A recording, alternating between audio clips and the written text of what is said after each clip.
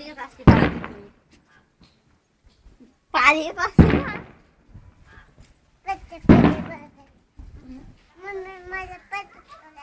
फटाकडे आणू पप्पा सांग ना फटाकडे आणायला. हा फटाकडे आणू तुला मी. आले, आले, आले, आले, आले.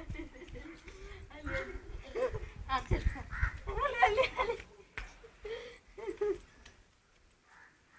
पप्पा मला फटाकडे आणू. हा आणतो हा.